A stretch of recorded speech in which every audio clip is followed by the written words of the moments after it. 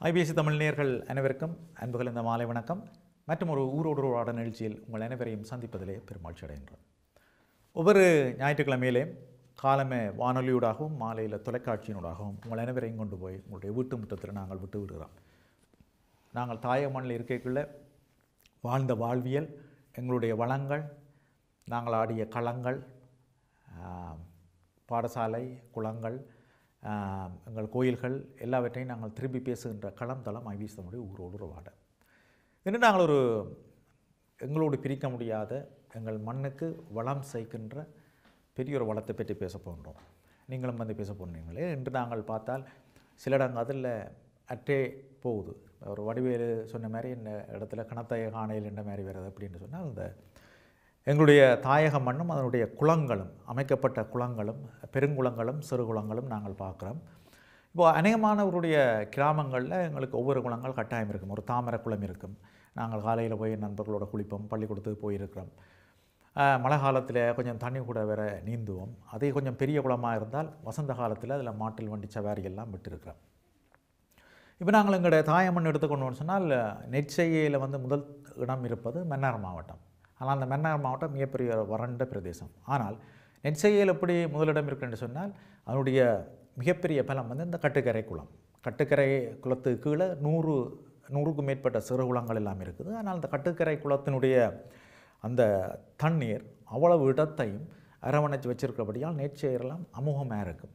இந்த கட்டுக்கரை குளத்தை பார்த்தோம்னு சொன்னால், கட்டுக்கரை குளத்துக்கு அனுராதபுரம் மல்வத்தோயாவிலிருந்து தண்ணி ஃபீட் பண்ணுது, அதை நிரப்பி கொண்டு இருக்குது. அதிலிருந்து சிறு குளங்களுக்கெல்லாம் தண்ணி எல்லாம் போகுது. இந்த கட்டுக்கரை குளம் என்பது மிகப்பெரிய பலம். நாங்கள் அப்படி இங்கே வந்தோம்னு சொன்னால், வெண்ணி பகுதிகள் இறங்கினோம்னு சொன்னால் இரணமட குளம், முத்தியன்கட்டு குளம், இவைகளெல்லாம் நாங்கள் இடம்பெயர்வாளத்தில் பார்த்துருக்கிறோம். அதில் பல பேர் குளிச்சிருக்கிறோம், கால்களை நினைச்சிருக்கிறோம். மிகப்பெரிய பலம். இப்போ வெண்ணி பிரதேசத்தில் எங்களோட மக்களும் மிகப்பெரிய அளவில் குடியேற்றப்பட்டதுன்ற காரணம் அந்த காலங்களில் இது புனரமைக்கப்பட்ட பின்னர் 1956 யாழ் மாவட்ட அரசு அதிபராக இருந்தவர் மதிப்புக்குரிய மயில்வானம் ஸ்ரீஸ்காந்தா அவர்கள் இருக்கின்றார். அவர்தான் இந்த முத்தியன் கட்டையும் இரணமட குளத்தையும் அவர்தான் போய் புனரமைச்சதன் பின்னர் அங்கே மிகப்பெரிய அளவில் குடியேற்றம் பெறுது. இந்த ரெண்டையும் செய்தவர் அன்றைய யாழ் அரச அதிபராக இருந்தவர் மயில்வானம் ஸ்ரீஸ்காந்தா அவர்கள் தான் அதை செய்தார். 1956 எங்களுடைய ஆக்கள் எல்லாமே அங்கே குடியேறி பிறகு பார்த்தால் இப்போ யாழ்ப்பாணத்தில் உள்ள எல்லாருக்கும் அக்கராயன்குளம், மௌனிக்குளம் எல்லாவற்றிலும் பயிர் செய்யிருக்கும்னு சொன்னால் அது காரணம் அந்த மிகப்பெரிய குளங்கள். பிறகு நாங்கள் இப்படியே வலிகாமம் பகுதிகளுக்கு எல்லாம் வந்தோம்னு சொன்னால், இப்போ இந்த வருடம் கடந்த இந்த ஆண்டில் பேசப்படுகிற ஒரு விடயம் இந்த வழுக்கை ஆறு திட்டம். இது பார்த்தோம்னு சொன்னால், எங்களோட கொல்லங்கலட்டி, தெல்லிப்பளை, அளவட்டி, அம்பனை இந்த பகுதியில் உள்ள மழை பெஞ்ச தண்ணி எல்லாத்தையும் அது கொண்டு வழக்கையாறு குளத்துக்கு அப்புறம் அதில் கூடிவிட்டால் அது மாசியப்பட்டி, சங்கானை, சங்குவெளி பகுதிகளால் போய் அராலிக்கடலில் போய் அது சேருது. மிகப்பெரிய ஒரு இயற்கையான சிஸ்டம் அது. அப்போ இதற்கு போன வருஷம் 25 மில்லியனை கவர்மெண்ட் கொடுக்குது. அதனுடைய செயல் திட்டம் ஆரம்பமாக அரசாங்கத்துக்கு அது புது விஷயமாக வந்த பிறகு இப்பொழுது இருக்கின்ற யாழ் அரசு அதிபர் மதிப்புக்குரிய நாகலிங்கம் வேதநாயகம் அவர்கள் கேட்குறேன், எனக்கு 100 மில்லியன் புனரமைக்க இந்த வருஷம் கவர்மெண்ட் 75 மில்லியனை கொடுத்துருக்கேன் என்றால் அதனுடைய முக்கியத்துவம். இப்போ இப்படி ஒவ்வொரு இடங்கள்லேயும் இது பெரிய குளங்கள், சின்ன குளங்கள் எல்லாம் இருக்குது. இப்போ பல இடத்துல பார்த்தால் அதெல்லாம் இடிபட்டு சில இடத்துல மூடிக்கொண்டே நாங்கள் கொண்டிருக்கிறோம். ஒவ்வொரு குளம் என்பது ஒவ்வொரு கிராமத்தில் ஒரு குளம் இருந்தால் அது மிகப்பெரிய விஷயம். செலவு தொழிலாளர்கள் தொழில் செய்த இடங்களெல்லாம் நாங்கள் பார்த்துருக்கோம். அவர் சந்தோஷமாக இருக்கும். அது பக்கத்தில் ஒரு பெரிய அம்பரான் கோயில் இருக்கும். அந்த நல்ல தண்ணீர் இருக்கும், பெரிய மலை வேம்பொண்டு நிற்கும், அவர்களுக்கான அந்த கட்டுகள் எல்லாம் இருக்கும். இந்த கால நேரங்களில் பார்த்தா ஒரு சந்தோஷம் இருக்கும். விவசாயிகள் நிற்பினம், செலவு தொழிலாளர்கள், கோயில், இந்த குளம் ஒரு புத்துணர்ச்சியை தரும். இப்போ சில அநேகமான இடங்களில் பார்த்தால் அதெல்லாம் அழிஞ்சு கொண்டு வருது. இப்போ நாங்கள் பார்க்குற விஷயம் 2-3 ஆண்டுகளில் கூடுதலாக இந்த புலம்பெயர்ந்த தேசத்தில் இருக்கிற பழைய மாணவர்களும் சரி, அல்லது சில நண்பர்களை கொண்ட அமைப்புகளும் சரி, எல்லாருக்கும் ஒரு ஆச்சரியம், சந்தோஷமான விஷயம். பொதுவாகவே நாங்கள் எங்கட பள்ளிக்கூடங்களெல்லாம் நெடுகலம் கட்டிடங்களையும் கட்டி பெரிய வசதியெல்லாம் செய்து கொடுத்து அது எல்லாத்தையும் எடுத்து இப்போ வேறு ஒரு சிறிய வறிய பாடசாலைகள், வன்னி நிலப்பரப்பில் உள்ள ஏனைய பாடசாலைண்டு எல்லாருடைய செயல் திட்டமும் நாங்கள் செய்யணும்னு சொல்லி எங்களோட தாய மண்ணின் மீதான பயணம் பெரிய ஒரு பயணம். நாங்கள் பார்க்குற 2 வருஷத்தில் ஐபிஎஸ் தமிழே பல விடயங்களை காட்டியிருக்கின்றது. அந்த வகையில் புதுசாக இப்போ பார்த்தால் இந்த குளங்களை புனரமைக்கிறதுக்காண்டி சிலர் அமைப்புகளாக இருக்கணும், சில நண்பர்களும் சேர்ந்து செயல்பட்டிருக்கணும். சும்மா போன இடத்துல இப்போ நாங்கள் ஊர் பார்க்க போய்களை ஒரு நண்பரை சந்திக்காக சொல்கிறோம், நம்ம அந்த குளம் தெரியும் தானே, 15 வருஷத்துக்கு மேலே நான் குளித்த குளம், இன்றைக்கு இருக்கிற நிலைமை எங்கள் பேராண்டு துவங்கிக்கலாம் சொன்னீங்க. ஓகே, அப்படி என்றால் வெளிநாட்டில் படிகள் இருக்கிறாங்கடாப்பா கதைச்சி போட்டு செய்வோம்ன்ட்டு துவங்கின ஒரு விஷயம். அது இன்றைக்கு பெரிய ஒரு அரசாங்கத்துக்கு நிகராக வந்து ஒரு செயல் திட்டமாக வந்து நிற்கும். அது சார்ந்து தான் ஒரு அந்நியரால் வந்திருக்கிறார், அவரோட பேச போகிறோம். அதே போல் நீங்களும் உங்களுடையத்தில் நீங்கள் பார்த்து நீங்கள் விளையாடிய அந்த குளங்களும் இன்றைக்கு அந்த குளங்கள் எந்த நிலைமையில் இருக்கின்றதை பற்றியும் நீங்களும் தொலைபேசி அழைப்பில் வந்து எங்களோட பேசிக்கொள்ளலாம். அது உங்களோட குளங்களுக்கு எதுவும் செய்ய வேண்டுமென்றாலும் அது பற்றியும் பேசிக்கொள்ளலாம். இப்போ நாங்கள் பார்த்தால் தென்மராட்சியை பொறுத்தவரையில் பல நண்பர்கள் இருப்பீர்கள், பார்ப்பீர்கள், பல குளங்கள் இருக்கின்றது. உணாவில் சந்தையில் ஒரு குளம் எல்லோருக்கும் தெரியும். இப்போ அந்த குளம்தான் இப்போ பல சமூக வலைத்தளங்களில் அவருடைய படங்கள் எல்லாம் பார்க்குறோம். ஒரு பொங்கல் விழா மாதிரி நடந்து முடிஞ்சிருக்குது. அந்த இடத்து மக்கள் எல்லாம் ஒரு வறண்டு போன இடமாக இருந்தது. இன்று குளிர்ச்சி பெற்று ஒரு நெல் விளைஞ்சிருந்தால் எப்படி சந்தோஷமாக இருக்கும் அப்படி இருக்கும். அதோட தொடர்ச்சியாக பயணித்து போட்டு இப்போ தான் அவர் மீண்டும் வந்திருக்கிறார். அவரை சந்திக்கலாம். அவர் யாழ் இந்துவின் ஒரு பழைய மாணவன் கூட டேவிட் அவர்கள் வந்திருக்கார். வணக்கம் அண்ணன். வணக்கம் சார். இந்த நிகழ்ச்சியில் உங்களை சந்திக்கிறதுல மிக்க மகிழ்ச்சி. அப்படி எனக்கும் இப்போ பல பேற்ற பயணம் பல வழிகளில் தாயத்தை நோக்கி நடந்துகிட்டுருக்கு. இப்போ நான் அறிஞ்சதில் புதிய ஒரு விஷயம் உங்களோட விஷயம்தான். இந்த குளங்களை வந்து எங்களோட இயன்ற அளவுக்கு நாங்கள் தூர்வாரி புனரமைச்சு கொடுக்குற இந்த விஷயம் ஒன்று இருக்குது. இப்போ நீங்கள் நான் உங்களோட சொந்த இடம் எதுவும் எங்கே யாழ்ப்பாணம் இந்து கல்லூரி சொன்னால் எந்த காலகட்டத்தில் படித்தீங்க அதை வந்து சொல்லணும். நான் உடுவில புறப்படமாக கொண்ட நான் லவ்லேனை புறப்படமாக கொண்ட நான் 82ஆம் ஆண்டு A-level பேட்ச் ஜாப்னானில் படித்தேன். நான் அதுக்கு முதல்ல நான் ஒரு கேர்ள்ஸ் காலேஜில் ஆரம்ப கல்வி, அது பிறகு ஜாப்னாயிண்டு படித்தேன். நான் பிறகு இந்த யுத்தங்களை ஆரம்பிப்பது முதலே நான் வெளிநாடு வந்துவிட்ட பிறகு இப்போது யுத்தம் எல்லாம் முடிந்ததுக்கு பிறகு தாய்நாடு சென்று அங்கிருக்கும் அபிவிருத்திகளில் சில வேலை திட்டங்கள் மற்றும் முதலீட்டு திட்டங்கள் இதெல்லாம் எனது நண்பரும் ஒரு ஆண்டர்பிரினர், அதாவது தொழிலதிபருமான எனது நண்பர் கபிலன் உடன் நான் வேலை செய்து கொண்டிருக்கிறேன். அவரோடாக இந்த திட்டங்களில் நான் ஈடுபடுறதுக்காக நான் தாயகம் செல்வது வழக்கம். அந்த அடிப்படையிலேயே வந்தது தான் இந்த குளத்தின் வேலை திட்டம் கூட. சரி, இப்போ என்னென்னா இப்போ நீங்கள் வந்த காலகட்டம் பார்த்தால் உங்களோட காலகட்டத்தில் வந்ததில் பலர் வந்து நான் சந்திக்கிறேன். நான் ஆக்சுவலியும் நீர் கதைக்கிறக்கான சொல்லிப்பான் ஞாபகம் பெறுது. அந்தளவுக்கு தமிழே மறந்து போயும், தாய்நாடும் மறந்து தமிழும் போய் அவனுடைய ஆரம்பத்திலே இப்போ நாங்கள் எல்லாம் பிறகுல எங்களுக்கு முதல் நீங்கள் எல்லாம் கிணம்பேர் இருக்கிறீர்கள். நீங்கள் வந்த காலங்களில் தமிழாக்கள் என்பதே விலை குறைவாக இருந்திருக்கும். அப்போ ஒரு காலத்தில் இங்கே அவர்கள் இதே நாடாகவே போய்விட்டது. இப்போ உங்களுக்கு இப்போ நீங்கள் போய் வரைகளை இப்போ நீங்கள் இருக்கிற காலத்தில் கொஞ்சம் குளங்களும் பார்த்துருப்பீங்க, இப்போ நிலைமையால் பார்ப்பீங்க. இப்போ பொதுவாக வந்து இப்போ ரெண்டையும் பார்க்கல இந்த குளங்கள் எவ்வளவு முக்கியத்துவம் நினைக்கிறீர்கள் எங்களுக்கு?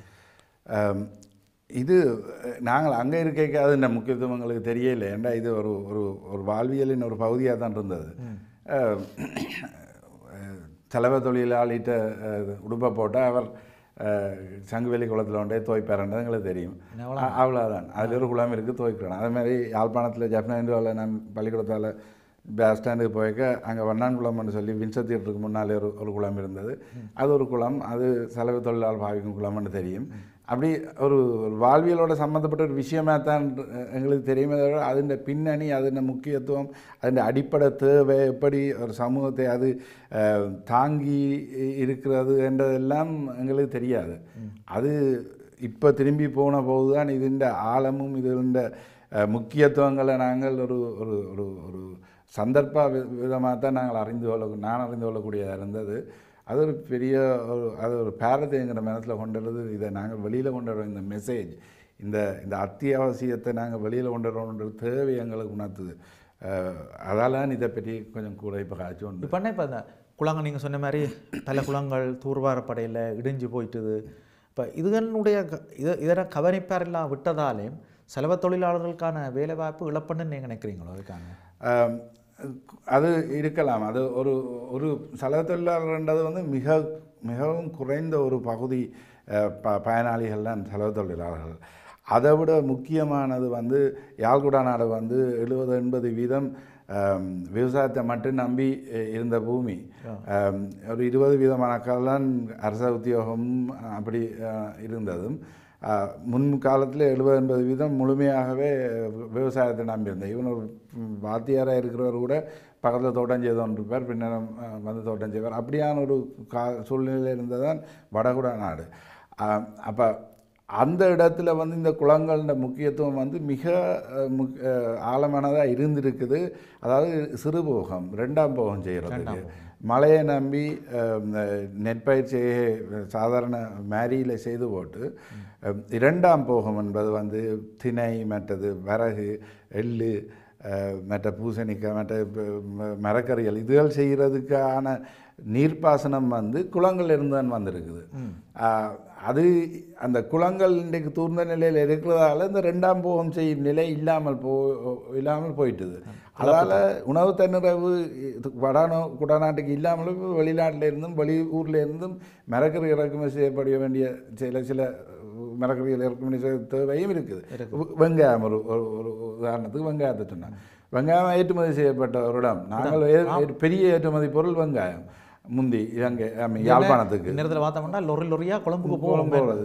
இப்போ அது இல்லை, வெளியிலேருந்து இந்தியாவிலேருந்து வெங்காயம் பெற வேண்டிய தேவை இருக்குது. ஸோ இப்படியான காரணங்கள், இந்த பாதிப்புகள் வந்து இந்த குளங்கள் தூர்ந்து போனது ஒரு காரணமாக இருக்குது. இப்போ நீங்கள் இந்த இடத்தை என்னென்னு இப்போ நுணாவில் குளம், அதாவது அம்மன் கோயிலுக்கு முருகன் கோயிலுக்கு முன்னுள்ள இந்த குளம், இந்த குளத்தை இப்போ நீங்கள் உருவில் நீங்கள் பிரகிஞ்ச எப்படி இந்த இடத்துக்கு போய் எப்படி சேர்ந்தியல்? அது முக்கியமான இது வந்து என்னோடது திட்டம் இல்லை. இது நாங்கள் இதில் நான் ஈடுபட்டிருந்தாலும் இது எனது திட்டம் இல்லை. இதை செய்தது வந்து கபிலன் என்று சொல்லி நான் ஏற்கனவே கூறின அந்த தொழிலாளர்கள், அவர் ஜூரா ஃபவுண்டேஷன் என்ற ஒரு அறக்கட்டளை. அது ஜூரா ப்ரொடக்ட்ஸ் என்ற ஸ்தாபனத்தின் ஒரு அறக்கட்டளை நிறுவனம். ஜூரா ப்ரொடக்ட்ஸ் வந்து உணவுப் பொருட்கள் இறக்குமதி ஏற்றுமதி, மற்ற சாஃப்ட் ட்ரிங்க்ஸ் என்று சொல்லக்கூடிய குளிர்பானங்கள் ஏற்றுமதி இறக்குமதி இதில் ஈடுபட்டிருக்கிற ஒரு அமைப்பு நிறுவனம் ஜூரா ப்ரொடக்ட்ஸ். அப்போ ஜூராவினுடைய அறக்கட்டளை தான் ஜூரா ஃபவுண்டேஷன். அது இப்போ ஊரில் பலவிதமான தர்ம காரியங்களை செய்து கொண்டிருக்கிற ஒரு விஷயம். அது நாங்கள் நேரடியாக இறங்கி செய்ததில்லை. அங்கே ஏற்கனவே இயங்கிக் கொண்டிருக்கும் என்ஜிஓஸ் மற்ற சேரிட்டி ஆர்கனைசேஷன் மூலமாக இப்போ 2009க்கு பிறகு நாங்கள் நிறைய தொடர்ந்தும் வேலை செய்து கொண்டிருக்கிறோம். ஆனால் இது எப்படி வந்ததென்றால், கபிலன் வந்து எனது நண்பர், அவர் வந்து அந்த இடத்தில் பிறந்தவர். அவருடைய வீடும் நுணாவில் குளம். அந்த குளத்தில் விழுந்து அனுபவங்களை கொண்டவர். போன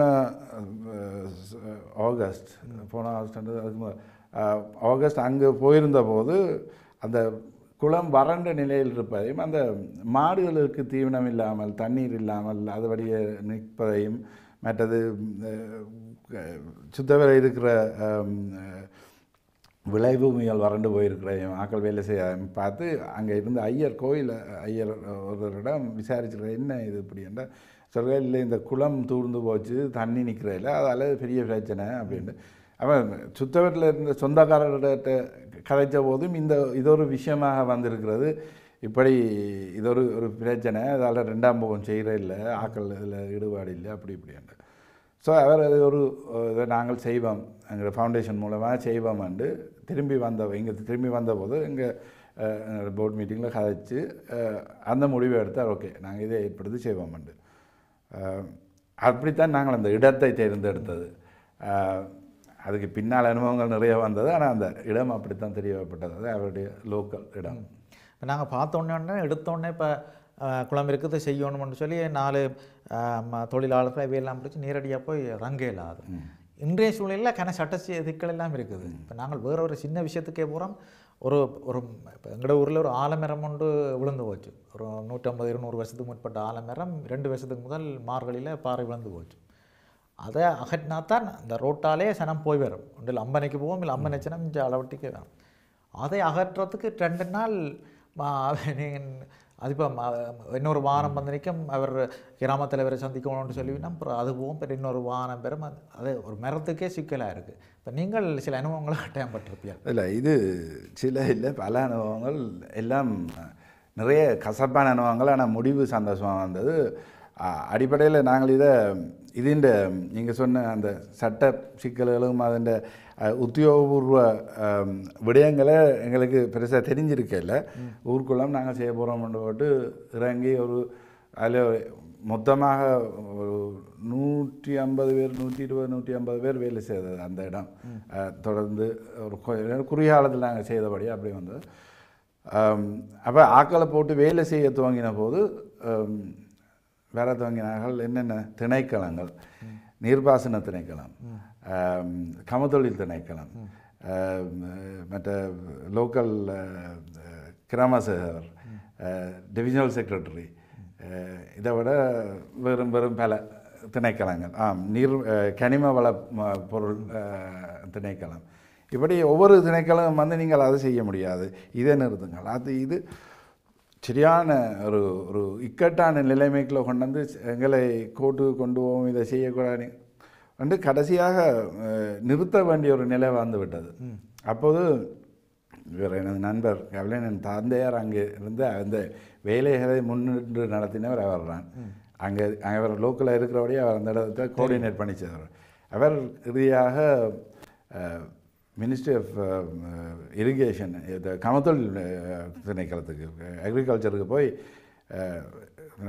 இவ்வளோ தான் நாங்கள் செய்த விஷயம், இதுக்கு மேலே செய்கிறேன்னா நீங்கள் செய்யுங்க, என்ன இந்த தலையடி எங்களுக்கு சரி வராது, நீங்கள் இதை நீங்களே பாரம்பரியத்தை செய்யுங்க, எங்களுக்கு போட்டுட்டு பேசி இருக்கிறார். அங்கே இருந்த ஒரு director of deputy director of agriculture, ஒரு மிகவும் இளமையான ஒரு பையன், நான் நினைக்கிறேன் 30-35 வயசுக்குள்ளான் இருக்கும், ஆனால் ஒரு பெரிய பதவியில் இருக்கிற பையன். அவர் சொல்லியிருக்கிறார், ஐயா நான் உடனே வாரன் வந்து என்னென்னதை பார்க்குறேன், இப்போ என்ன செய்யலாம்னு பார்ப்போம். உடனடியாகவே வந்து பார்த்துட்டு அவர் அந்த செய்திருக்கிற விதங்கள், நாங்கள் முன்னெடுக்கிற விதங்கள் எல்லாத்தையும் பார்த்து மிகவும் இம்ப்ரெஸ்ட். அவர் மிகவும் சந்தோஷப்பட்டு சொன்னார், இனி நாங்கள் இதுக்கு உங்களுக்கு என்ன உதவியாக இருக்கணுமோ அது எல்லாத்தையும் நாங்கள் செய்கிறோம், நீங்கள் இதை முன்னெடுங்கோ, பிரச்சனை இல்லை, நீங்களே தொடருங்க. நீங்கள் தொடருங்கோ, நாங்கள் உங்களுக்கு என்ன செய்யணுமோ அதை நான் செய்து தரேன், மற்ற டிபார்ட்மெண்ட்டை பற்றி நீங்கள் கவலைப்பட வேண்டாம், நான் உங்களுக்கு அவையிலோட நான் டீல் பண்ணுறேன், யாரோட என்ன கேட்டாலும் நீங்கள் என்ன ரிஃபர் பண்ணி விடுங்கோ என்று சொல்லி போட்டு ஒரு டெக்னிக்கல் அசிஸ்டண்ட் ஒரு ஆளையும் எங்களுக்கு தந்தார். அவர் வந்து குளம் நிர்மாணிப்பதில் ஒரு நிபுணத்துவம் உள்ளவர். அப்போ அவர் வந்து என்ன முறைமையில் இதை செய்ய வேணும், அந்த குளக்கட்டு எப்படி அமைய வேணும், எவ்வளோ ஆழம் போகணும், அதில் களி அடியில் ஒரு அடிக்கு அட்லீஸ்ட் குறைந்தது களி விட வேணும், மற்றது மேலே கட்டினா பிறகு குளக்கட்டு கட்டினா பிறகு மேலே அருகம்புல் நடவணும், அதன் மூலம் தான் மண்ணரிப்பை நிறுத்தலாம், இப்படியான விடயங்கள், எத்தனை சார்பில் அந்த கட்டு இருக்க வேணும், இப்படியான அடிப்படை விடயங்கள் எல்லாத்தையும் எங்களுக்கு வழிகாட்டியாக இருந்ததில் அது மிகவும் அதுக்கு பிறகு மற்ற டிபார்ட்மெண்ட்டில் வரவும் இல்லை. ஸோ அது எங்களுக்கு அழகாக செய்து முடிக்கக்கூடியதாக இருந்தது. அந்த ஒரு மனிதர், ஒரு தனி மனிதருடைய நல்லெண்ணம் செய்யணும், நடக்க வேணுமென்ற நல்லெண்ணம். உண்மையில் இப்பொழுது நீங்கள் சொன்னது போல் பல துறைகளை நாங்களும் பார்த்துருக்கோம். இந்த இளையவர்கள் இருப்பவர்கள் கொஞ்சம் சமூகத்தை யோசிச்சு அவர் இன்னொரு விஷயத்தை யோசிக்கணும், இன்னொரு உதவி கை வரைக்கில் வந்து அதை நாங்கள் அரவணைச்சு கொண்டு போனால் கிதியாக பல செயல் திட்டங்களை செய்து முடிச்சிடலாம். இப்போ எவ்வளவு காலப்படுத்த வந்த ஒரு குளத்தை நீங்கள் அந்த நுணாவில் குளத்தை புனரமைச்சு இப்படி கொண்டு வரது எவ்வளவு காலம்? நாங்கள் ஒரு 6 மாதத்துக்குள்ளே அதை செய்த நாங்கள் அது. ஆனால் உண்மையில் 6 மாதம் இல்லை, 4 மாதத்துக்குள்ளே செய்த நாங்கள். அது கொஞ்சம் இந்த நிலப்பட்டு இந்த தடப்பட்டு இருந்ததால் கொஞ்சம் விழுவட்டது. 4 மாதத்துக்குள்ளே செய்த நாங்கள். அது மிகவும் குறுகிய காலம்னு தான் சொல்ல வேணும். அதில் இருக்கிற விஷயங்களை பார்க்க அது குறுகிய காலம்தான். அவரேஜாக ஒரு 6 மாதத்துக்குள்ளே செய்யக்கூடிய மாதிரி இருக்கும். அதில் முக்கிய விஷயம் என்னென்னா, இந்த இயந்திரங்கள், அதுக்கு தேவையான இயந்திரங்கள் அங்கே இருக்கிற மட்டில் அது கொஞ்சம் இன்னும் கொஞ்சம் கெரியாயும் கொஞ்சம் ஈஸியாகவும் செய்யலாம். அதுகள் மிகவும் விலையாக இருக்குது. சில அதாவது இந்த தோன்றுற இயந்திரங்கள் செயின் பிளாக் போட்டபடி இருக்கணும், வேண்ட சேத்துக்களை இறங்கி அதை அழுறதுக்கு புதையாமல் இருக்கணும். சாதாரண டிகரை கொண்டு போனால் அது புதைஞ்சுது. இப்போ இந்த டிகரை இன்னொரு டிகரால் பிடிச்சி இழுத்து எடுக்க வேண்டிய தேவையெல்லாம் வந்தது. அது பிறகு அந்த செயின் பிளாக் டிகரை ஹாய் பண்ணினதுக்கு தான் ஆக கூடின செலவு, அதுக்கும் அந்த புட்பதிச்சதுக்கு தான் ஆக கூடின செலவு வந்து. மற்றபடி அதை செய்யக்கூடும், 6 மாதத்துக்குள்ளே செய்யலாம் ஒரு குளம். அப்படியா செய்து முடிச்சு இன்றைக்கு அது முந்தைய இப்போ நீங்கள் குளம் வந்து தூர்வாரத்துக்கு முதல் இருந்ததுக்கும் இப்போ இருக்கிறதுக்கு நாங்கள் பெரிய ஒரு வித்தியாசத்தை பார்க்கலாம். ஓமாம். எனக்கு தெரிஞ்ச சில குளங்கள் எல்லாம் மூடப்பட்டுட்டுது, அதில் கட்டிடங்கள் எல்லாம் வந்துட்டு. அதில் டேவிட் என்ன சொன்ன மாதிரி ஸ்டான்லி வீதியும் கஸ்தூரியா ரோட் சந்திக்கிற அந்த மூலையில் வந்து மிகப்பெரிய இப்போல்லாம் நகைக்கடைகள் எல்லாம் வந்துட்டு அந்த நாங்கள் படிக்கிற 90களெல்லாம் பெரிய ஒரு குளம் இருந்தது. அதில் எல்லாம் நின்று நாங்கள் கதைச்சி பேசி போன குளம் இருக்கிறது. வேறு இடங்களிலும் சிறு சிறு குளங்கள் எல்லாம் மூடப்பட்டு இந்த நாங்கள் இப்போ அவர் சொன்ன மாதிரி சில குளங்களில் வந்து செலவு தொழிலாளர்கள் தொழிலில் இருப்பார்கள், அல்லது சில மாடுகள் மேயும் தாமரை மலர்ந்திரிங்க இப்படி மட்டும்தான் பார்த்தேன். ஆனால் அது எங்களுடைய நிலத்துக்கான வளத்தை எப்படி அதை பக்குவப்படுத்துதுன்ற ஒரு விஷயம் இருக்குது. இப்போ நாங்கள் இப்போ அங்காங்கே பார்த்தால் இப்போ குளங்கள் எல்லாம் தூர்வாரி புனரமைக்க வேண்டிய தேவைப்பாடு இருக்குது. அதுக்காண்டி பலர் இப்போ முயற்சிகள் எல்லாம் தொடர்ந்து வரீங்கன்னா மற்ற இடங்களில் உள்ளவர்கள் எல்லாம் வந்து இதை தொடர்ந்து செய்ய வேண்டும். நாங்கள் எங்களோட கிராமத்தை எடுத்துக்கொண்டோம்னு சொன்னால் நாங்கள் சனசமூகத்தை செய்கிறோம், கோயிலுக்கு செய்கிறோம், அதை தொடர்ந்து செய்ய வேண்டிய அடுத்த ஒரு விடயம் வந்து குளமாக இருக்கிறது. இப்போ வெளியாமத்தை எடுத்துக்கொண்டால் எங்களுக்கு பெரிய குளம் என்று பார்த்தால் 2, ஒன்று அளவட்டி பினாக்க குளம் இருக்கும், இன்னொன்று கந்தரோட குளம் இருக்கும். இந்த பினாக்க குளத்தில் மழை காலத்தில் தண்ணீர் வந்து அப்படி இருக்கும். இந்த குளிக்க போகிறதே கவனம்னு சொல்லுவினோம், அதில் போய் மூழ்கி நாட்களும் இருக்கணும். வெயில் காலத்தில் பார்த்தோம்னு சொன்னால் மே ஜூன் ஜூலையில் பார்த்தோம்னு சொன்னால் அது திறவையாக இருக்கும், தண்ணீர் எல்லாம் வந்து திறவையாக இருக்கும். அதில் பிரபஞ்சமான அந்த காலத்துலேருந்து மாட்டு வண்டி சவாரி போட்டியெல்லாம் அந்த திறவைக்கெல்லாம் நடக்கும். மற்றது இப்போ கட்டுகள் இருக்கிறபடியால் வண்டல் மாடு எப்படியுமே ஒரு இடத்துல இருக்கும், இடையிலெல்லாம் போகிறது சந்தர்ப்பம் அறுக்கையாக பாதுகாப்பாக இருக்குமென்ற காரணத்துக்காண்டி இந்த குளங்கள் எல்லாம் அந்த காலங்களெல்லாம் இன்றும் மாட்டு வண்டி சவாரி போட்டிகள் நடைபெற்று கொண்டு தான் வருகிறது. ஆனால் இப்போ நீங்கள் எல்லாம் செய்த பிறகு இன்றைக்கு அந்த குளம் பார்க்க எப்படி இருக்குது, மக்களுடைய சந்தோஷம் எப்படி இருக்குது? இது ஒன்று அது பார்வைக்கு மிகவும் ரம்மியமாக இருக்கிறது. அதாவது வந்து அந்த அந்த இந்த குளத்தின் சூழல், நுணாவில் குளத்தின் சூழல் வந்து மிகவும் அழகான சூழல். இடது பக்கத்தில் முருகன் கோயில், வலது பக்கத்தில் கண்ணையம்மன் கோயில், 2க்கு நடுவில் குளம். எல்லாத்தையும் சுத்த வர ஒரு 50-75 ஏக்கர் உள்ள விளைநிலம். அது இந்த விளைஞ்சிருக்கைகளே அதை பார்த்தா அது ஏரியல் ஷாட்ஸில் இந்த இதில் எடுத்திருந்த இந்த ட்ரோனால் எடுத்த சில ஷாட்டுகள் பார்த்தா நாங்கள் அந்த தமிழ் படங்களில் பார்த்து கிராம காட்சியில் பார்த்து ஆசைப்படுற மாதிரியான ஒரு செட்டப். அது சுத்த வர ரோட்டும் 4 பக்கம் ரோட்டு, அது நடுவில் ஒரு விழா இடமும். ஸோ அப்படியான ஒரு அழகான இடம். ஆனால் நான் 2 வருஷத்துக்கு முதல்ல அதுக்கு போய்க்கெல்லாம் மிகவும் காஞ்சி வறண்ட ஒரு வறண்ட பூமியாக தான் இருந்தது. இப்போ அதுக்கு தண்ணி நிறைஞ்சு மற்ற அதுக்கு அந்த குளக்கட்டில் புல் அருகம்புல் பதிச்சு முழுமையாக பதிக்க வேண்டியிருந்தது. அதை வேண்டிய தேவை நிமித்தம் நில அரிப்பை இந்த மண்ணரிப்பை தடுக்கிறதுக்கு அதெல்லாம் செய்யுக்கு பிறகு இப்போ பக்கத்தில் இருந்த முருகன் கோயில் 4 வருஷமாக குங்குபாபிஷேகம் செய்யாமல் பாழா போயிருந்த கோயில், அதையும் ஊர் மக்கள்லாம் செய்து அதில் என் நண்பரும் அதில் பங்கெடுத்தார். அதை புதுப்பிச்சு அதை பெயிண்ட் அடித்து அதுக்கு இந்த இந்த போன மாதம் கும்பாபிஷேகம் செய்து அதில் நான் கலந்து கொள்ளக்கூடிய சந்தர்ப்பம் கூட இருந்தது. அந்த கும்பாபிஷேகத்துலேயும் கலந்து கொண்டேன். இப்போ அந்த இடம் ஒரு புத்துணர்ச்சி உள்ள ஒரு புது உயிர்ப்பு பெற்ற ஒரு இடமாக இருக்குது. அதில் ஆக்கள் அதில் நாங்கள் 2.5 கிலோமீட்டர் சுற்றளவு உள்ள அந்த சுற்று ரோட்டையும் நாங்கள் திருத்தெல்லாம் போட்டோம். சுற்றி வந்தால் மணல் தான், சைக்கிள் ஓடையலாம், சைக்கிளெல்லாம் புதஞ்சு போடும். ஆமாம், அப்படி இருந்த மணல் ரோட்டு போக்குவரத்து தான். அதுக்கு இப்போ ஜூரா ஃபவுண்டேஷன் தான் அந்த ரோட்டையும் போட்டு செய்தது. அதால் அந்த இடம் வந்து மிகவும் ஒரு ஒரு வைப்ரண்ட் பிளேஸாக ஒரு அதிர்வுள்ள ஒரு இடமாக வந்திருக்கிறது. மிகவும் ஆசையாக இருந்தது. பார்க்க ஒரு இதில் இந்த உயிர்ப்பில் நாங்களும் ஒரு பங்கு வகிச்சிருக்கிறோம்ன்றது ஒரு சந்தோஷமான விஷயம். 12 பார்க்க A9ல் வாகனங்கள் போகிறது தெரியும். அப்படியே தெரியுது. கண்ணையம்மன் கோயிலால் வாசலால் வழிக்கிட்டால் A9 மீது. ஆமாம். இப்போ நீங்கள் சொல்கிற இந்த இடத்துல என்ன பண்ணால் கிட்டத்தட்ட 89 90ஆம் ஆண்டில் நாங்கள் அதில் பயணிச்சிருக்கிறோம். அப்படின்னு சொன்னால் இந்த இந்திய இராணுவம் வந்து செய்த புண்ணியத்தில் எங்களை இடம்பெயர்ந்து வந்து எங்களுக்கு அந்த நாங்கள் ஆண்டு 10 படிக்கல எல்லாம் இந்த வலுக்கட்டாயமாக இராணுவத்தில் செய்கிறோம். அப்போல்லாம் நாங்கள் சொந்தக்கார வீடில் வேறு இடங்களில் போய் படிக்க வேண்டிய சூழ்நிலை எங்களுக்கு 89லேயே வந்துட்டுது. அப்போ மட்டுவில் போயிருக்கல இந்த உணாவில் சந்தையில் அதில் போகிறது, நண்பர்கள் இருப்பினம் அதில் போய் விளையாடுறது, இந்த குளங்கள் எல்லாம் பார்த்தது. இப்போ நீங்கள் சொல்லும்பொழுது அந்த ஒரு முக்கியமான விஷயத்தை நான் இதில் பதிவு செய்ய விரும்புகிறேன். ஏன்னா இந்த குளங்கள்ன்ற இன்னொரு எங்களால் அறியப்படாத ஒரு ஒரு ஒரு முக்கியத்துவத்தை நாங்கள் அறிஞ்சு கொண்டோம். அதாவது இந்த நீர் வடிந்து இந்த குளங்களில் தேக்கி வச்சுக்கப்படுற நீர் வடிந்து போய் இந்த நிலவடி நீரோட்டத்தில் கலந்து, அதாவது நிலத்துக்கு அடியில் இருக்கிற ஊற்றில் கலந்து அயலாட்டையில் உள்ள கிணறுகளுக்கெல்லாம் நன்னீராக வருகிறது. அப்போ யாழ்ப்பாணம் நன்னீர் பற்றாக்குறையின் வறட்சியை நோக்கி ஓடிக்கொண்டிருக்கிற ஒரு ஒரு ஒரு அபாய நிலையில் இருக்கிறது.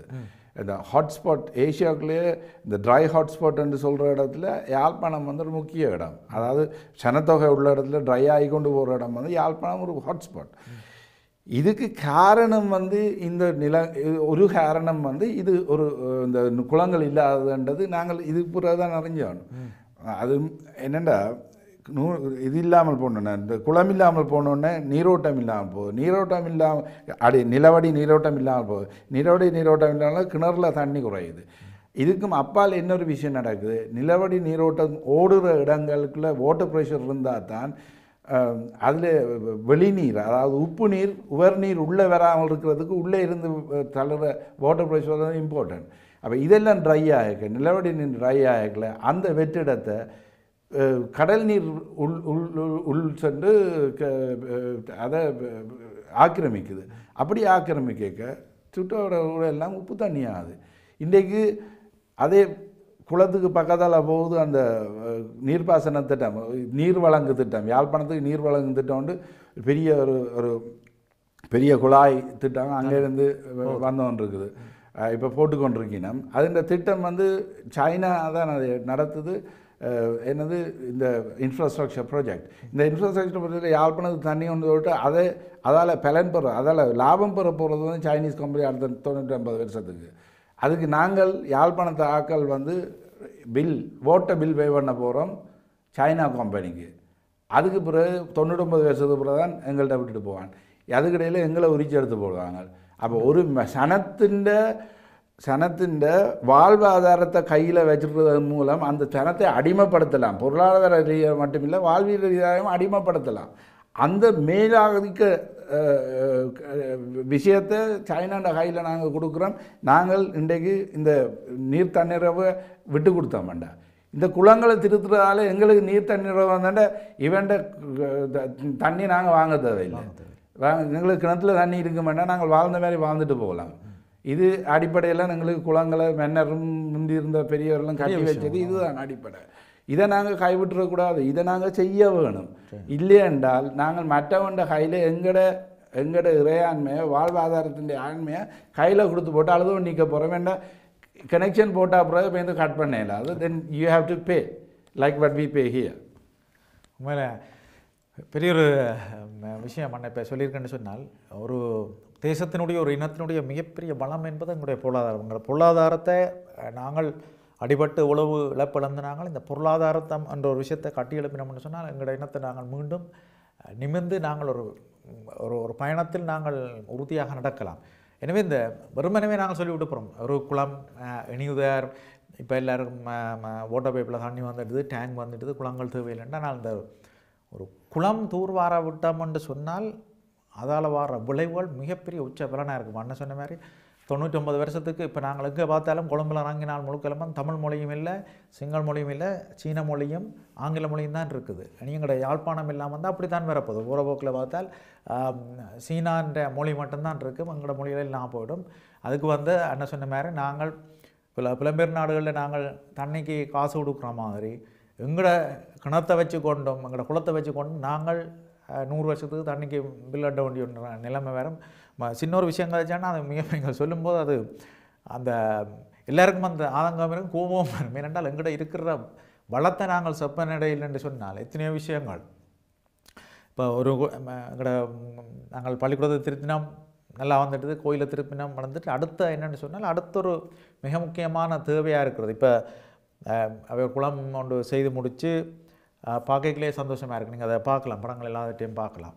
இப்போ நான் அதை தொடர்ந்து இப்போ வேறு யாரும் உங்கள்கிட்ட கேட்டிருக்கணும் இந்த குளங்கள் செய்யலாமன்ற இது அதை தொடர்ந்து ஆலோசனைகள் வந்துருக்கும். ஆமாம், நாங்கள் இதை கொஞ்சம் இந்த அவேர்னஸை உருவாக்கணும், அது ஒரு முக்கியமான ஒரு தேவைன்னு இருக்குது. இப்படி இந்த அடிப்படை தேவை குளங்களை சீரமைக்க வேண்டியதுன்ற தேவை இருக்குதுன்ற ஒரு விழிப்புணர்வு மக்கள் மத்தியில் வரணும். அது ஒரு முக்கியமாக. இப்போ நீங்கள் ஐபிசி செய்கிற ஒரு பெரிய ஒரு விஷயம் இதை மாதிரி மற்ற ஊடகங்களும் சில ஊடகங்களும் ஏற்கனவே செய்துட்டுனா இதை தொடர்ந்து இதை பற்றி கதைக்க வேணும். மக்கள் மத்தியில் இந்த அவேர்னஸ் வரணும். அதாவது குளம் திருத்துறோமோ இல்லை எங்களோட ஊர் குளத்தை திருத்துறோம்ன்றது ஒரு சின்ன விஷயம் இல்லை. நாங்கள் எங்களோட வாழ்வை எங்களோட கையில் வச்சுருக்கணும். அடிமைத்தனத்துக்கு இல்லை போகாமல் எங்களோட சுதந்திரத்தை நாங்கள் பாதுகாத்து கொள்ளணுமெண்டா இதுவும் ஒரு முக்கியமான விஷயம் என்றதை நாங்கள் இருக்கணும். அது டு தட் எக்ஸ்டென்ட் எங்களுக்குள்ளே அந்த விழிப்புணர்வு வேணும். எங்களோட வாழ்வியலை நாங்கள் நிர்ணயிக்கிற உரிமையும் அந்த இது எங்களோட கையை விட்டு போகக்கூடாது. ஆகவே இந்த குடிநீர் எங்களோட கையில் இருக்கணும் என்றால், குடிநீர் வளம் எங்கள் கையில் இருக்கணும்டா இந்த குளங்கள் திருத்தப்பட வேண்டிய ஒரு முக்கிய விஷயம்.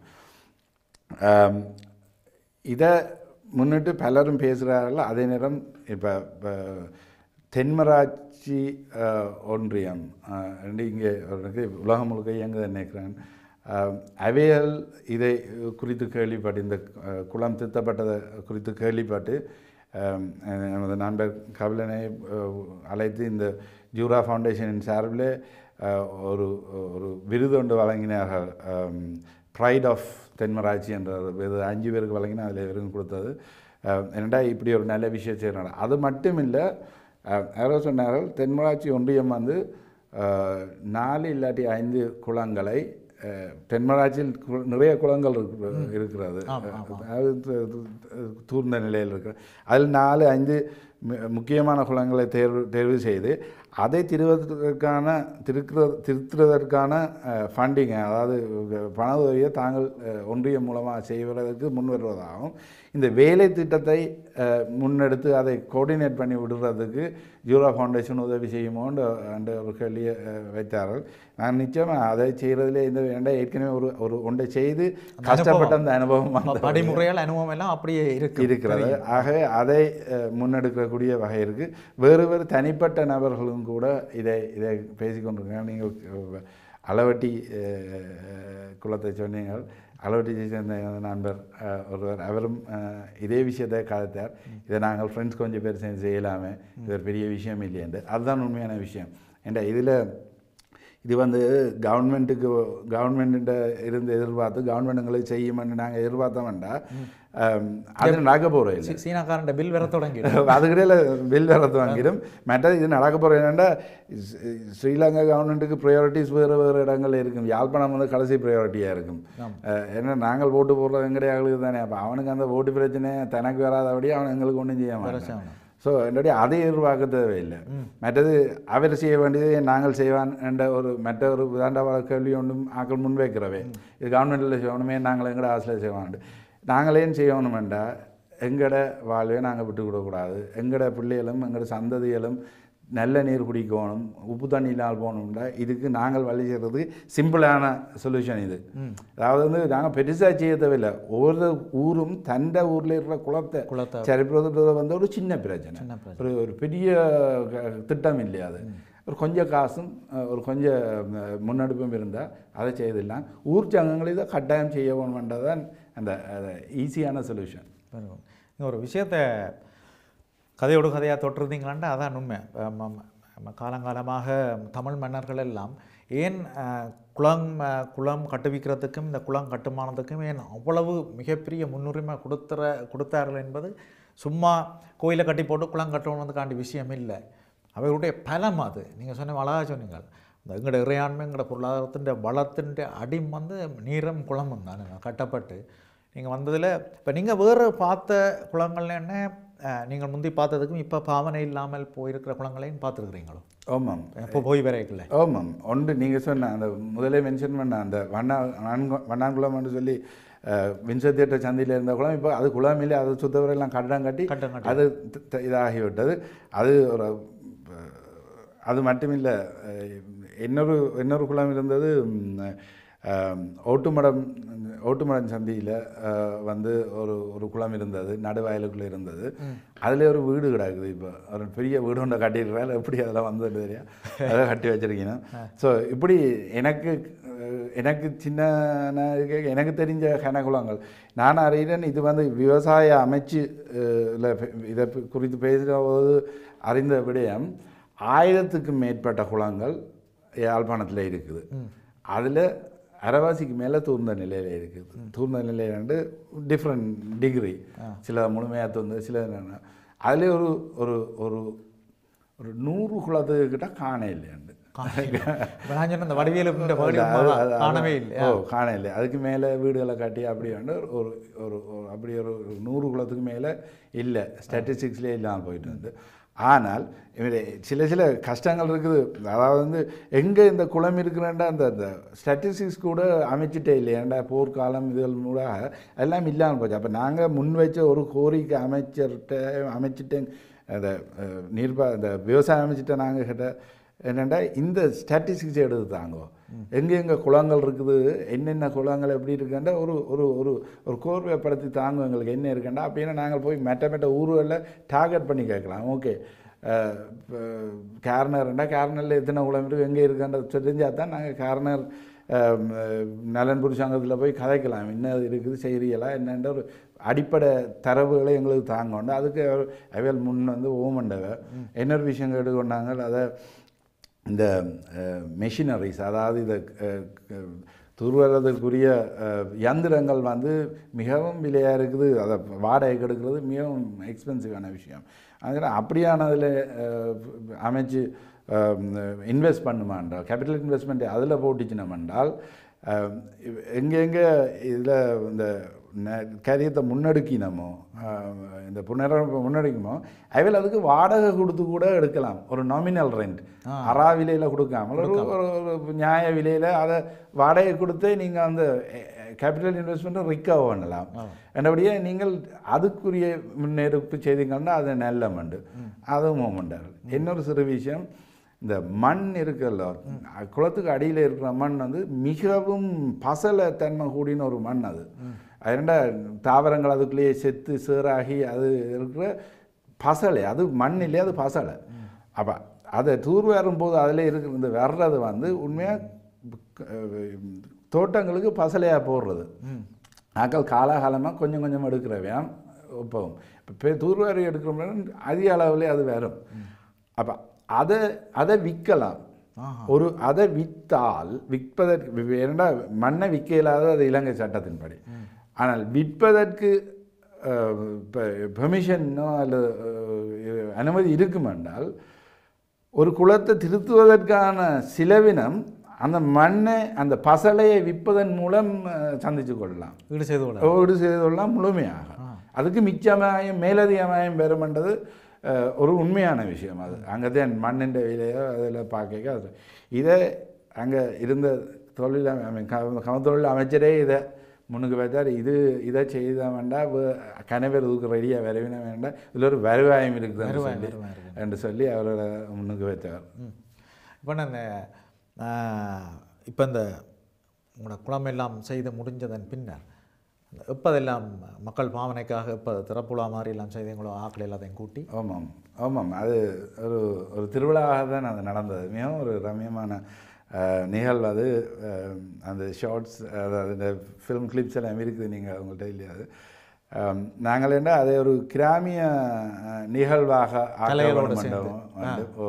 அப்போ அதில் கரகாட்டம், பொய்க்கால் குதிரை ஆட்டம், மற்றது காவடி, கும்மி, கோலாட்டம், இந்த நிகழ்வுகளை கொண்ட ஒரு மேடை நிகழ்ச்சியாயும் அதில் ஒரு ஊர்வலம் அவ்வளவையும் வந்து மற்றது குளக்கட்டை சுற்றி 47 இது மண்பானை வைத்து அதில் ஊர் மக்கள் 47 இடத்துல பொங்கினார்கள். அது ஒரே நேரம் பொங்கி படைத்து அதை ஊர் மக்களுக்கு பகிர்ந்து சாப்பிட்டு அதை ஒரு கேளிக்கையாக ஒரு சந்தோஷம் கொண்டாட்டமாக செய்தார்கள்.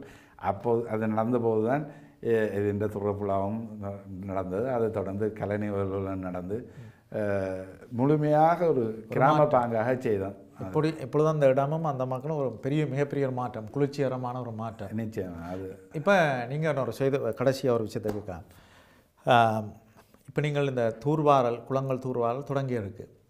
இதே மூச்சோட நாங்கள் எல்லாரும் எங்களுடைய கிராமங்களில் உள்ள குளங்களெல்லாம் தூர்வாரி புனரமைச்சம் என்று சொன்னால் இந்த பெரிய அபாயத்திலேருந்து நாங்கள் தப்புறதுக்கான வழி இருக்குமோ? கட்டாயம் தொடங்கினால் இல்லை, அது கட்டாயம். இப்போ தான் அவசரம் துவங்கணும். இது வந்து நான் சொல்கிறேனே எவ்வளோ ஹெதியாக அதுன்ற பயன் வருமென்றது நாங்கள் கண் கூட பார்த்த ஒரு அதிசயமான விஷயம். நாங்கள் இந்த குளத்தை தூர்வாரி முடிந்த உடனே மழை வந்தது. மழை வந்து ஒரு வாரம் நாங்கள் அங்கே இருந்தோம். மழை வந்து ஒரு 3-4 நாள் அந்த குளத்தை சுற்றி இருந்த சுற்றாடல் மக்கள் எல்லாம் வந்து சொல்கிறார்கள், தம்பி நீங்கள் குளத்தை செய்த பிறகு எங்களோட கிணறுகள் எல்லாம் நீர்மட்டம் அதிகரிச்சிட்டு நீர்மட்டம் கொண்டு. அப்போ தான் எங்களுக்கு இந்த விவசாய அமைச்சில் கதைக்கப்பட்ட விஷயம், அந்த நீரடி நிலவடி நீரோட்டத்தை அதிகரிக்குது என்ற விடயமெல்லாம் சும்மா ஒரு கதையாகத்தான் தெரியுமில்ல. அது உடனடியாக பார்க்கக்கூடியதாக இருந்தது. ஒரு நினைக்கிறேன் ஒரு 1 கிலோமீட்டர் சுற்றளவுக்குள்ளே அது ஒரு 1/2 கிலோமீட்டர் 1 கிலோமீட்டர் சுற்றளவுக்குள்ள மக்களுக்குள்ள நாங்கள் அதை உடனடியாக அதை கண்டோம். அப்போ இதுதான் அந்த ரிசல்ட்ஸ். இதை நாங்கள் விட்டோம் என்றால் இது வந்து கொஞ்சம் கொஞ்சமாக உவர் நீராகி கொண்டு வருது, கடல் நீர் உள்புகுது. அதுக்கு முதல் நாங்கள் இதை செய்ய வேண்டிய ஒரு அவசிய தேவை இருக்குது. அதுக்கான சொல்யூஷன் வெரி சிம்பிள் சொல்யூஷன். ஒவ்வொருத்தரும் தன் கிராமத்தை மட்டும் பார்த்தா குடாநாடு முழுக்க வறண்ட பிரதேசம் வந்து கணிக்கப்படுகிற ஒரு இடம். அது இவ்வளவு விவசாயத்தை நம்பி வளர்கிற இடமாக வந்தது காரணம் இந்த குளங்கள். அந்த இடம் திருப்பியும் எங்களுக்கு ஏற்படும். மக்களுக்கும் இந்த 2ஆம் போகம் செய்யும் போது தான் நாங்கள் அவர்களுடைய வாழ்வாதார நிலைமை கூடுது. அப்போ சாதாரணமாக மேரிக்கு வேலை செய்து போட்டு பிறகு வேலையும் இல்லாமல் இருக்கிற மக்களுக்கு 2ஆம் தினம் செய்ய அதில் ஒரு இரட்டிப்பு வருமானத்துக்கான வழிவகை இருக்குது. ஸோ அதுக்கான வழிவகையும் செய்து கொடுக்குறோம். மற்றது பொதுவான எல்லாருக்கும் நீர். சென்னைகளே, ஒவ்வொருத்தரும் நீங்கள் இங்கிருந்து பாருங்கள், உங்களது குளங்கள் தூர்வாராக இருந்தால் உங்களுடைய கிராமத்து மக்களை ஒன்று கூடர்களை நாம் சந்திக்கும் பொழுது ஒரு முயற்சி எடுத்துக்கொள்ளுங்கள். டேவிட் என்ன சொன்ன மாதிரி அவசரமானதும் அவசியமானதும் ஒரு பணியாக இருக்கின்றது. எங்களுடைய குளங்கள், எங்களுடைய வளங்களை நாங்கள் பாதுகாக்க வேண்டிய ஒரு நிலையிலே நாங்கள் இருக்கிறோம். நல்லது டேவிட் என்ன, இன்றைய நாள் வந்து இவ்வளோ பெரிய சாதாரணமாக அந்த ஒரு குளத்தை பார்த்தோம், கட்டி வடிவாக இருந்தது, என்ன படங்களில் வர மாதிரி வடிவாக இருந்தது. அன்றைய சோழர் காலத்து குளம் மாதிரி கிடக்கண்டு பார்த்து தான் உங்கள்ட்ட அந்த கேள்விக்கு ஒரே ஒரு கேள்வி தான் கேட்டது, நடந்தாண்டு. இதுக்கு பின்னால் இவ்வளோ பெரிய சுவாரஸ்யமான விஷயங்கள், வரலாறு சம்மந்தப்பட்ட விஷயங்கள் எல்லாம் இருக்குது. நீங்கள் சொன்னபடியே தான் தெரியும்.